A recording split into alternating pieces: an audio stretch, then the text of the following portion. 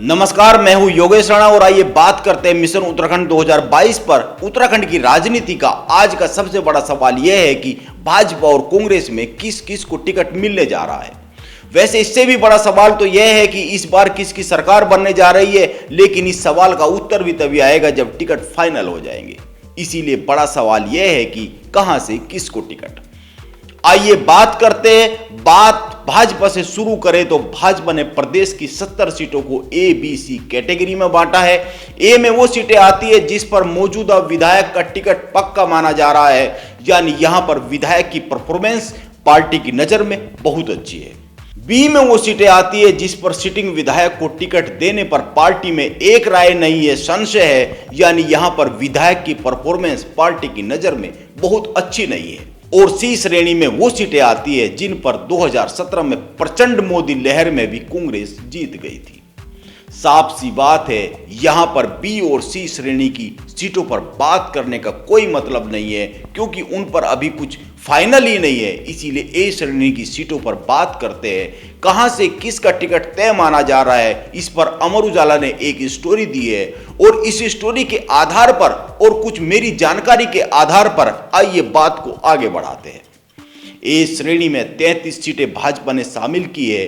इनमें पुरोला, देवप्रयाग, नरेंद्रनगर, प्रतापनगर, विकासनगर, सहसपुर, रायपुर, डोईवाला, मसूरी, ऋषिकेश, हरिद्वार, जवालापुर, रुड़की, खानपुर, हरिद्वार ग्रामीण, यमकेश्वर, कोटद्वार, श्रीनगर, चौबटा खाल, डीडीहाट, पिथौरागढ़, कपकोट, सल्ट, सोमेश्वर, लोहाघाट, चंपावत, कालाडूंगी, गदरपुर, किच्छा, सितारगंज, नानकमत्ता और खटीमा सीट आती है, यानी ये सीट ए श्रेणी में शामिल है।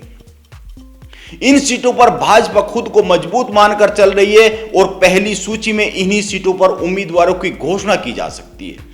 इस तरह से यह समझा जा सकता है कि किन किन के टिकट पक्के हो गए हैं, यानी इन सीटों पर टिकट पक्के हो गए।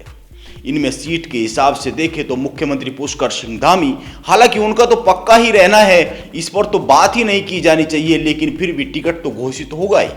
इसके बाद नंबर आता है मदन कौशिक, सतपाल महाराज, हरक सिंह रावत, धन सिंह रावत, गणेश जोशी, सुबोध उनियाल, बिशन सिंह चुफाल, अरविंद पांडे, बंशीधर भगत, रेखा आर्य, यतीश्वर आनंद, प्रेमचंद अग्रवाल, रघुनाथ सिंह चौहान, उमेश शर्मा काऊ, राजकुमार ठुकराल, राजेश शुक्ला, सौरभ बहुगुणा, डॉक्टर प्रेम सिंह, पूरण सिंह फर्त्याल, त्रिवेंद्र सिंह रावत, कुंवर प्रणब चैंपियन, मुन्ना सिंह चौहान, प्रीतम सिंह पंवार, राम सिंह कैड़ा, रीतू खंडूरी, महेश जीना के जो नाम है वो पहली सूची में आने की पूरी गुंजाइश है, क्योंकि ये इन्हीं सीटों से संबंधित है। हालांकि इनमें त्रिवेंद्र सिंह रावत और रीतू खंडूरी पर एक बार सुई थोड़ी सी रुकती है, लेकिन त्रिवेंद्र का टिकट काटकर भाजपा अपने 4 साल के कार्यकाल पर बहुत बड़ा प्रश्न चिन्ह लगाना नहीं चाहती है। इसके मूड में वो दिख नहीं रही है और फिर उनके टिकट कटने पर जातीय समीकरण भी गड़बड़ा जाएंगे, क्योंकि एक वर्ग बीजेपी के खिलाफ हो सकता है, यह ध्यान में रखना चाहिए। इस तरह से भाजपा की पहली सूची में सारे नाम शामिल होते दिख रहे हैं। अब अगर कांग्रेस की बात करें तो दिल्ली में स्क्रीनिंग कमेटी की मैराथन बैठक चली है और माना जा रहा है कि करीब करीब 32 से 35 सीटों पर नामों को, जो 32 से 35 सीटें हैं उनके नामों पर सहमति बन गई है। इनमें वो सीटें भी शामिल है जिन पर 2017 में कांग्रेस ने जीत दर्ज की है।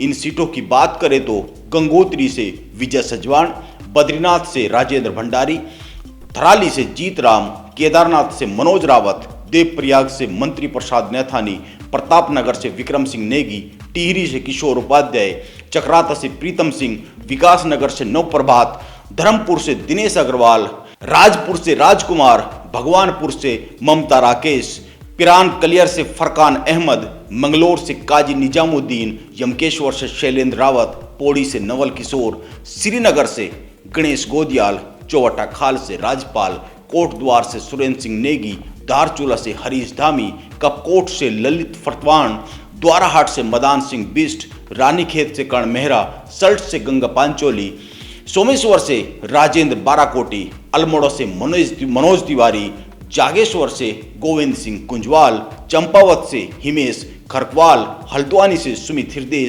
जसपुर से आदेश चौहान, बाजपुर से यशपाल आर्य, नैनीताल से संजीव आर्य और खटीमा से भुवन कापड़ी। इस तरह से करीब करीब ये 35 सीटें हैं और 35 नाम हैं जो कांग्रेस की पहली सूची में शामिल हो सकते हैं। वैसे अगर इस सूची को हम संभावित सूची मान ले तो दोनों पार्टी इस बार महिलाओं को बहुत ज्यादा तरजीह देने की बात कर रही है और पहली सूची में ही ये झूठ साबित होती दिख रही है, क्योंकि इनमें बहुत महिलाओं के नाम नहीं है। अब चुनावी रण पूरी तरीके से सज चुका है और रण के सभी मार्थियों ने पूरी तैयारी कर ली है। किसके सिर पर जीत का सेहरा बंधेगा, इसके लिए इंतजार करना ही एकमात्र विकल्प है। आइए इंतजार करते हैं। नमस्कार, आप बने रहे मेरे साथ।